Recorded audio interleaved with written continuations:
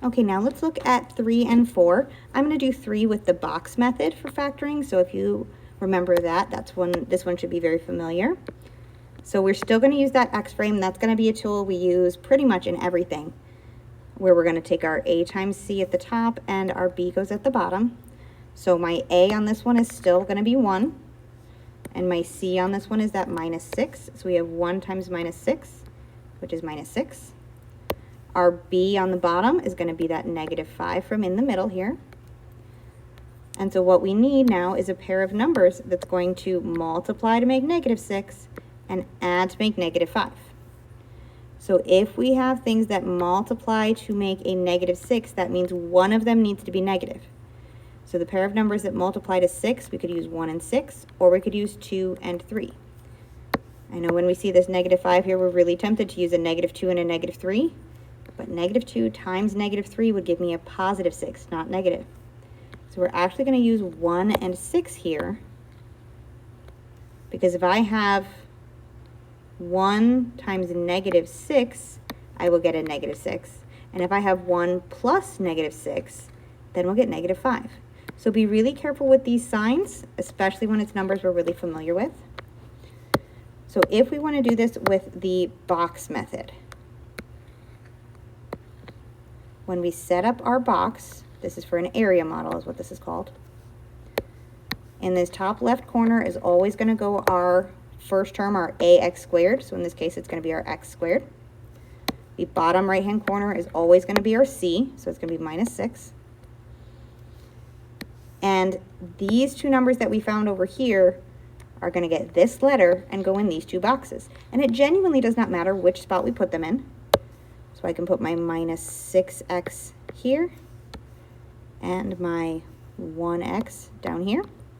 That's totally valid. Or I could switch where they are, switch their spots. I'm just going to rewrite that because that looks weird. There we go. And then when we're trying to pull our factors, what we're doing is we're seeing what greatest common factor is in each column and row.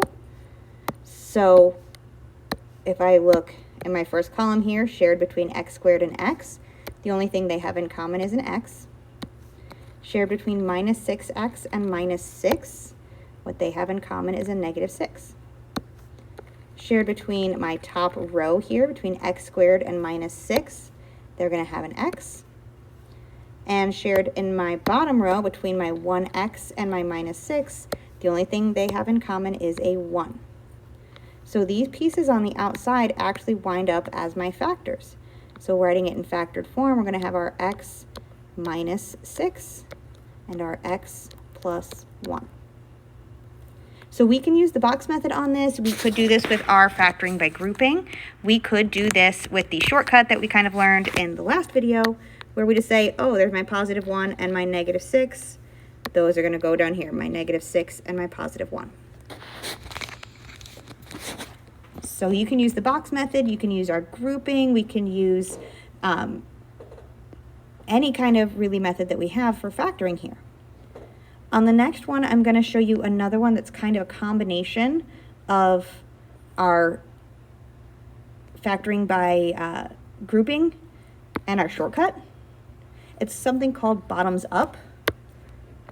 And this is really something that we would use with the shortcut when we have an A that's not 1.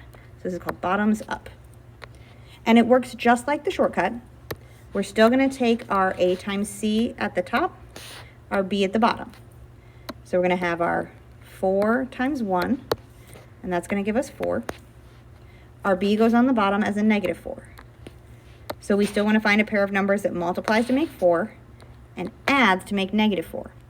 So now that top number is positive, so I know they're going to have the same sign, and the bottom number is negative, so they both need to be negative. So I know I'm going to have both negative numbers, and the only numbers I know of that multiply to make 4 and add to make 4 are going to be 2 and 2. So they both have to be negative. And then what we're going to do is we're going to write it like we would write the shortcut, where I'm going to put my, x with my -2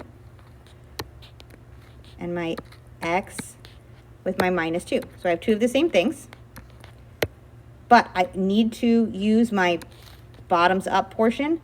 And what that means is I'm going to take my a value and I'm going to divide this by my a value. And I need to divide this one by my a value. So this is why it's called bottoms up. I'm going to take my a value and divide this number, and we're going to simplify that. So we would get x minus 2 over 4 is the same thing as 1/2. Ew. X minus 1/2. But that's not a way we typically wind up with factors. And if I multiplied this back out, I wouldn't get 4x squared. I would wind up with just an x squared. So in order to get my coefficients to be right, to get that number right, this is where the up part of bottoms up comes in. So after we simplify the fraction, I need to bring this number, any denominators we have back up, and it's going to go in front. So think of it as multiplying by 2. So what our factors are going to be on this one, or our factored form, is going to be 2x minus 1 times 2x minus 1. So we set it up like the shortcut. We find our two values. We divide by a, simplify, and then we bring the bottom up. If it doesn't have a denominator, it's going to stay with just our plain x. If it has a denominator, it's going to come up. So that's another option for factoring there.